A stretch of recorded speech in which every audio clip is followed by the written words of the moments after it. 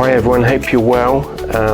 Hope you had a great week. We actually had a power cut here yesterday, which was pretty weird. It lasted for about 8 to 9 hours. So I was going to make this video yesterday, but we obviously had no electricity, no Wi-Fi, so that was a bit boring. It's like watching paint dry for like 8 or 9 hours, unfortunately. Some of the pubs were open, but I think they were using candles, but it was a bit limiting. Thankfully, that doesn't happen very often. Okay, so welcome back. Today I'm going to be talking about a couple of things. We are edging towards Christmas, just a couple of weeks away, so I'm going to keep it relatively short. The kind of theme, I'm going to start off with talking about sort of Instagram and how you can create like a good vibe for your Instagram account. Now, I often get asked, is it, people say to me, Ian, is it better to, focus on bespoke graphics and spend ages and ages and ages perfecting the graphics, or is it better to, focus on like the brand storytelling and telling a good story and the narrative behind the brand, etc., etc. And the answer is both, both of those things and more. So if you can create show consistency on your channel, whether it's Instagram, Threads, Facebook, any of the others, if you can show consistency and people can see that you're not just posting once every kind of 6 weeks, which, I'm quite active on YouTube, but admittedly I don't post enough to Instagram, and maybe I should a bit more. So if you can do that and just kind of remember the kind of 80-20 rule. So basically all your content should be kind of mixed up. So some of it should, basically not more than 20% of it should be sales. Basically, try and have some different stuff. Showcasing, things like case studies and the office for staff. Any kind of charitable foundation work your company does. Any kind of awards, happy customers, that type of thing. Just try and mix it about a bit, and if you can just try and find the right balance between, because obviously the graphics have got to look okay. It can't be like bash that away in 5 minutes. It's going to be a load of rubbish. So the graphics do need to be okay stroke good, but at the same time you need to be telling a good kind of brand story and choosing the right messaging and the right words, and that mixed with consistency, or blended with consistency. So, I'd recommend posting maybe 2 to 3 times a week. If you do it every day, it's overkill and people get fed up and then people unsubscribe or unfollow. Okay, so that's kind of hopefully answered that one for you. Today I'm going to be talking about some of the latest business ideas which are out there, because ultimately on my channel I do a lot of these marketing vlogs, and I do want to pivot it a little bit more next year, slightly more over to the kind of luxury travel space, and be doing some walkthroughs through hotels and different countries and stuff. That's kind of what I'm hoping to do, and build on the foundation that I've got. I'm still going to be doing the marketing vlogs, by the way. That's not stopping, it's not going out the window, but I'm just having to pivot the channel just slightly, so kind of fuse and blend the kind of travel and the marketing tech together, just to create like a bit of a better seamless, better connected experience for different viewers. So look, everyone's looking for the latest thing online to make money online, because the digital age we live in. I think a lot of the platforms and the governments around the world, they're all encouraging us to seize digital tech and create opportunities working from home. And some of them, the most common ones like dropshipping, hundreds of thousands of people are doing it. It's kind of oversaturated. So unless you've got like a really kind of hyper skilled, extremely amazing, fantastic inverted brackets product catalog, you're not going to make money out of that. I don't think you are. There's too many people doing it, you see. So I've got a list in front of me of all kinds of stuff. I've been doing a bit of research on the different chatbots, Perplexity, ChatGPT, Google even, and some of the others. And it's interesting what comes up, because these things evolve just like all the other different businesses. So what I'm going to read out some of them, and we're going to kind of pick them apart a little bit and see if they actually make sense. Ultimately, people want to make money, but they don't want to invest a lot of money and have like a high risk scenario. They don't want to be waiting 2 to 3 years for a return on investment. It needs to fit their skill set, and it needs to be relatively untouched, so they've got the opportunity to grow it and scale it. And these things change over time, so we're going to kind of delve into that a little bit today. So okay, first one on the list is niche service agency. So examples could be, creating what's called UGC, universal generated content for, different small businesses, and, everything from email marketing and funnels. Because you see, a lot of these small businesses, there's more of them nowadays. They're very busy, and they're very busy chasing customers, trying to sign contracts, close deals. If you can position yourself, wherever you are, whatever country you're based in, obviously you need to know what you're doing. But if you can position yourself to, just provide a service on a kind of sector basis, maybe, some people, it's not uncommon nowadays, I've said this before, for people in the digital marketing space to focus on estate agents, or to focus on the legal profession, or to focus on care homes, or, do you see what I mean? Because you need to understand the sector. And this is where a lot of people have gone wrong in the past. They've tried to offer their services, to every person under the sun, every company under the sun, all different sectors. And if you don't understand the sector, you're going to struggle. Now, I'm quite strong in, sector-wise. This is like travel, hospitality, because I've worked in those sectors. Also financial services, dabbled, I've done some stuff for some financial services companies, and also tech, obviously, working in the digital marketing space. So those are my kind of core sectors. I do know about some others, but those are the core ones. I've also done some stuff for like art, publishing, various other ones, but I want to try to double down and focus on the stuff I actually know about and what works in terms of tech and marketing tech for those particular sectors. And if you can do that, and just kind of, maybe you'll target dentists or tradesmen, and just offer to do some of the stuff which, they could very, very likely struggle with. So that could include things like email marketing, newsletters, sales funnels, AI automation. See, that's quite a big one, because there's all this AI around, and it's impossible to know it all. I'll agree with that.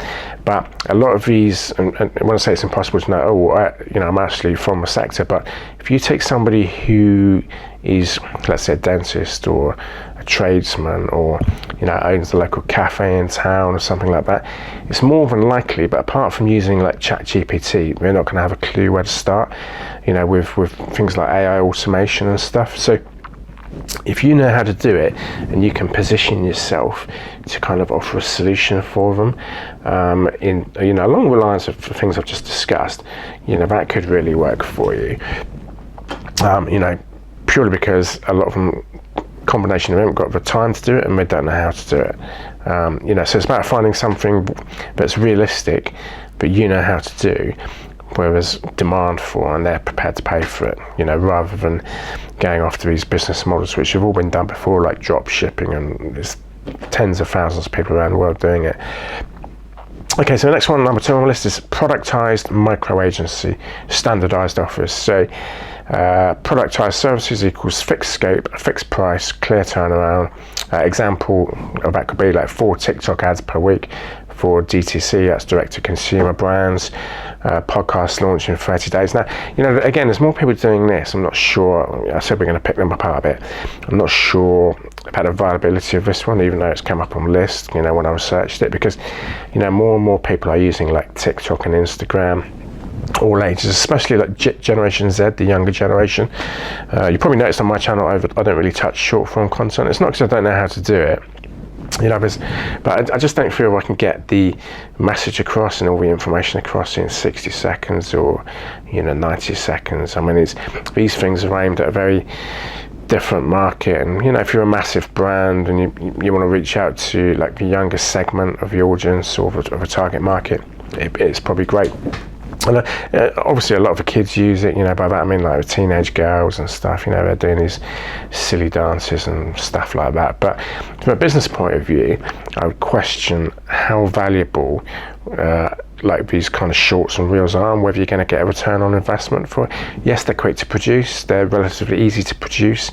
You're definitely not going to get the same quality as, you know, long form content like this, talking into a video camera and editing it in Adobe, you know, not unless you're super skilled and you know exactly what you're doing. And even then, it's the time limit, you see. You know, you've got 60 seconds, 90 seconds, maybe 2 minutes at a push, and what you can get across in that video, I doubt very much, and I'm sure most marketers would agree that you're going to struggle to get your message across. So that's why I don't do shorts and reels in a bit. Well, I don't. Okay, so as I say, I've got my doubts about that one. I did say we're going to pick them apart because, you know, I don't trust everything I read, I don't trust everything I hear, and you shouldn't too. Okay, so niche number 3. So niche digital products and templates. Okay, so examples: Notion systems, spreadsheets, email swipe packs, ad creative packs. Yeah, maybe. I mean, you know, if you think about any small business in any particular sector, you know, it could be like a local pub or something. You know, maybe they want a menu redoing, or it could be, you know, like a solicitor's in town and they want, you know, like an digital information pack putting together, which, you know, they can email out when they get a phone call or an email. You know, perhaps something like that could work. You know, it might be like a one-time thing, but maybe gets updated once every, you know, year, 18 months, 2 years, or something like that. But, you know, something along those lines could work for you. Very low startup costs. You need to know what you're doing to, you know, to a reasonable degree. But there are lots of pieces of software out there which will help you it will give you everything you need really to kind of get going with that. And then, you know, it's not necessary to charge a fortune, but you could charge like a reasonable amount to like Airbnb owners and stuff like that. Okay, so next one on the list is paid newsletters. Again, you know, I used to work for a company. We used to have like a newsletter. It used to go out once a quarter, and it was quite niggly to do. I used to do it myself. Sometimes we'd use the help of an external agency to help us get because the graphics were pretty bespoke, to be honest. Most people you would meet wouldn't have a clue how to do it. You know, it was quite technical in terms of like the level of the design and the way it was all seamlessly blended together. And, you know, I'm not just talking about the fades and the layers and stuff, but the whole logic of the thing. I mean, you know, most people wouldn't know where to start with that, to be honest. However, having said that, a lot of the small businesses, you know, because, you know, I don't want to be making this video for the viewers on YouTube to try and produce content for like Goldman Sachs or Ford Motor Company or, you know, a Monzo Bank or whatever it might be, because, you know, they're going to go somewhere else. They're going to go to the big agencies in London and stuff, or even abroad. But where you live, whichever country you're in, you know, it might be the UK, you know, it might be Spain, it might be India, it might be the US. You know, there's bound to be lots of small businesses who are looking to expand, looking to keep their customers in the loop. And if you can kind of, you know, as I said, there's different software which will allow you to build, you know, quite good newsletters at a fraction of the cost. And as you get a bit more refined and a bit more honed at doing it, you'll find it becomes a bit easier, and you can, you know, begin to offer, you know, sort of, you know, 2-page newsletters, 4-page newsletters, 6-page, 8-page, etc. You know. And you'll be able to turn them around a bit faster, and they'll still look professional, you know. So you can maybe get into that. That might be so, because, you know, newsletters are still very valuable because, you know, obviously direct mail is great. You get a great return on direct mail, but it's a bit more costly to get it set up. But what a lot of companies do is have like a hybrid thing. So when the newsletter is produced, they put a bleed on one, which is used for print, goes out as direct mail, and the rest of them are available digitally. So you know, they're put on a website with a link, and people who visit the website can download it and see it. And a great way to publicize that is to do like a social media post, you know, for all of the platforms: Instagram, Threads, Facebook, X, etc., LinkedIn, etc., with a link to that newsletter. You know, most companies have like a dedicated page buried in the website somewhere with all the newsletters. So when you create these social media posts for the different platforms, you know, let's go with once a month or once every 2 months or whatever it is, You basically post that to LinkedIn, Facebook, etc., etc., etc., and they can find it very easily, and they can download it as a PDF, and then you save on postage costs as well. So it's still quite a popular thing, but they're quite time consuming to produce, because a lot of businesses don't want to put out a load of rubbish. So to get it right, we need to spend, it can take, to get a decent newsletter looking spot on can take over a week, to be honest. So if you can kind of carve out a niche for yourself doing that, I think there's maybe an opportunity there. Again, for that might work for content memberships. So some content creators have got like paid memberships, and maybe you could create like or get some business from those creators to create like a bespoke newsletter for their paid membership base, if that makes sense. Yeah, it's a growing thing. So look, there's loads of stuff here. It was education and marketing, micro learning for pros. So small workshops, for example, sprint videos telling you how to do this or that. For example, like launch your TikTok in 7 days, or set up GA4 in a weekend. I mean, again, I said that we're going to pick these things apart. You see, having said that, I don't think personally, I know it's written down here, I don't think personally that's enough to make a business, because you can go to YouTube and type in how to start TikTok in 7 days, or how to set up GA4, which is Google Analytics 4, by the way, and it's completely free, and it's going to circumvent any attempt you might have to make some money out of it. So I don't think that one will work personally. There's loads of stuff on here. Let's just have a look. So lean e-commerce with real differentiation. So examples like print on demand. Yeah, I mean, there's still stuff like that around, but having said that, you can go to platforms like Canva, and you can print t-shirts, mugs, and different stuff on demand. There are certain kind of platforms out there which are kind of market leading, like Adobe Express, part of the Adobe ecosystem of apps. I use that quite a lot, and also Canva Pro, which is quite good, but it does appeal to a different segment of the audience, or target market, let's say. Mainly people who want everything ready and aren't quite so familiar with the Adobe ecosystem. They are quite similar, Adobe Express and Canva Pro. But the difference with Adobe Express is you've got access to a whole range of Adobe apps, like Adobe Lightroom, Adobe Portfolio, and you can add some of the others. They've got rid of Adobe Rush now. Elements is still there, and you've got Premiere Pro. Obviously, that's quite complicated, by the way.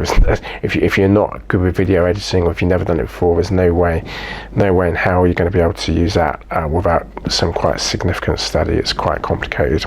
Use it places like the BBC to edit the graphics. It's quite skilled.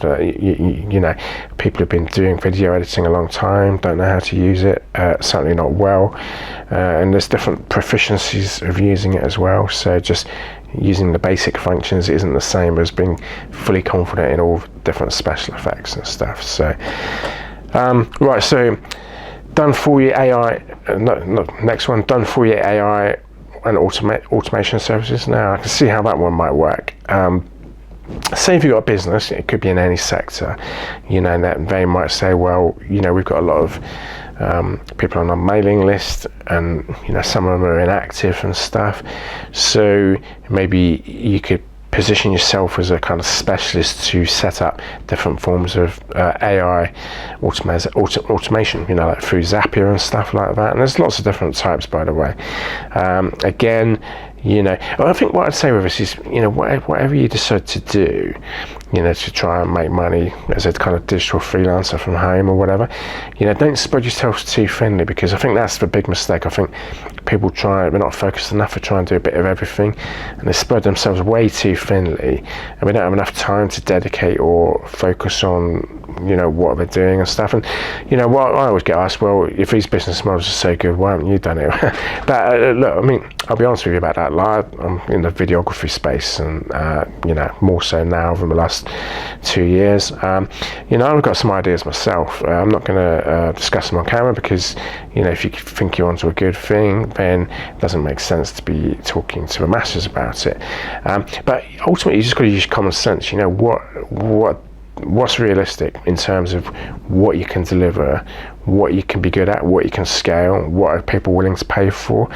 Admittedly, if you were to work like a full-time paid job, which are seemingly hard to get nowadays, but let's just say if you got a full-time job, 40 grand a year in the UK, you need to have a pretty good business model to be able to make that kind of money. Okay, I think most people would agree.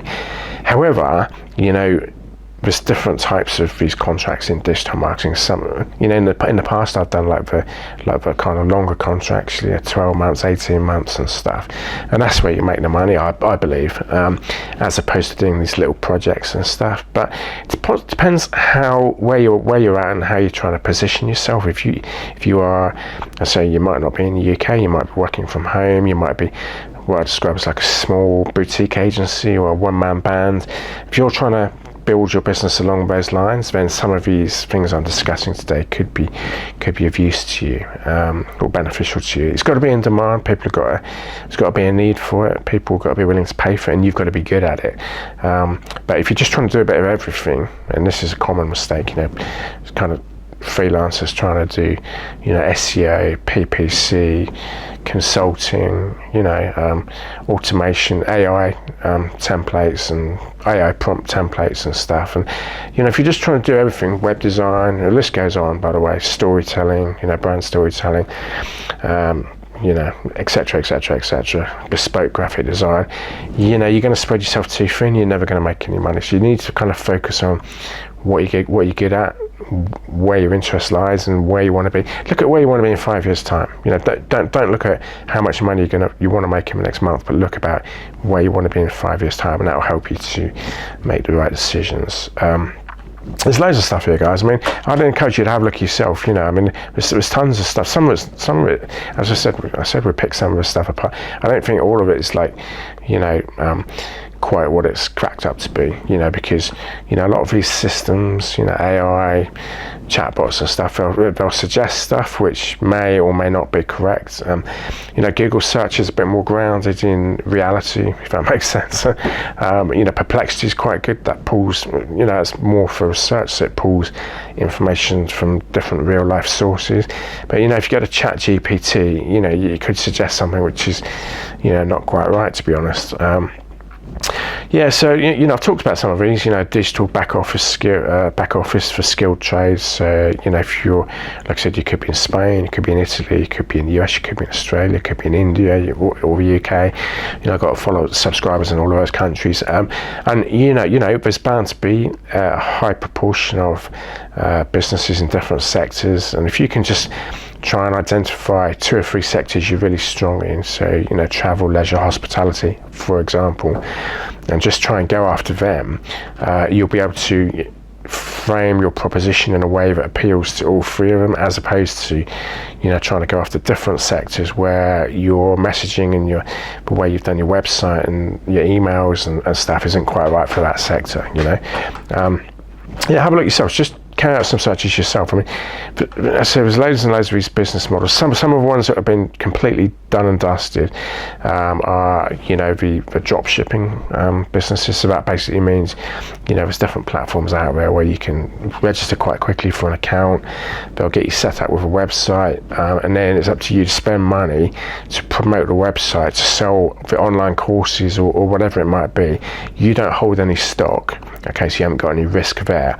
But the risk for you is you've got to spend money to, publicise the site through your time and paid ads and stuff, and you might not get a return from it. And the other risk is because the business is 100% dependent on them.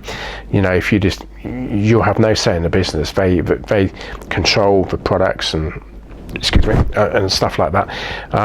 Slight hiccup there. They control the products and the look of the drop shipping site, and you register for a Stripe account, so you've got less control with something like that. One of the things which is popping up is like kind of online verification services. There's quite a few of those, because a lot of the sites have introduced age checks for various different things. And also, if you apply for like let's say an online bank account or something online through your smartphone, they'll do like a verification check. It takes like Normally you have to hold the phone. I'd hate it. You hold the phone really close to you, and you bring it closer and closer and closer and closer and closer and closer, and it kind of takes the biometrics of your face and stuff. And there's quite a few of those emerging, but it will get to a stage where it's oversaturated, and it's just a case of you've just got to be one step ahead of the curve. Constantly do research. Don't just take my word for it. Constantly do your research. Look at what's hot, what's not, and I suppose one thing I always say to everybody is, always try and solve a problem. So always have that in the back of your mind. Like if you're thinking about providing any services to any kind of businesses or sectors, ask yourself, what problem can you solve for those businesses? And if you can answer that successfully, and they've got certain pain points which you can, i.e. problems which you can solve, you'll be much better placed. So look, I'll leave it there. I've talked for quite a while. Where are we today? 6th of December. It's possible I might make another video before Christmas, but if I don't, happy holidays, everybody. I probably will get, and I'll try and get one more out before Christmas, before the new year. But if I don't, as I say, have a great time over the festive period and stuff. So thanks for listening, and check back soon, and hopefully there'll be another video. So speak to you soon.